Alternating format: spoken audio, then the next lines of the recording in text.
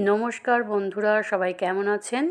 আজ হোলি, তাই হোলি স্পেশাল গুজিয়া রেসিপি বানিয়ে আপনাদেরকে শেয়ার করছি। রেসিপিটা যদি ভালো লেগে থাকে তাহলে অবশ্যই একটা ছোট্ট লাইক করতে ভুলবেন না। গুজিয়ার ভেতরে যে পুরটা দেব সেইটাই বলুন, আর গুজিয়ার ওপরে যে খোলটা হয় পাতলা সেটাই বলুন, এই একটা টিপস কিন্তু আপনারা অবশ্যই ফলো করবেন।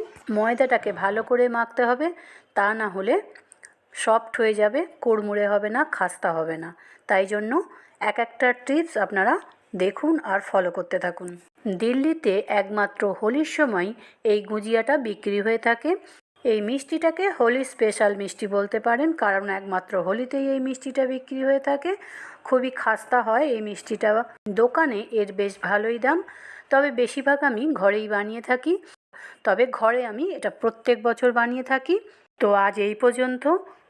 সবাই সুস্থ থাকবেন, ভালো থাকবেন। হ্যাপি হোলি।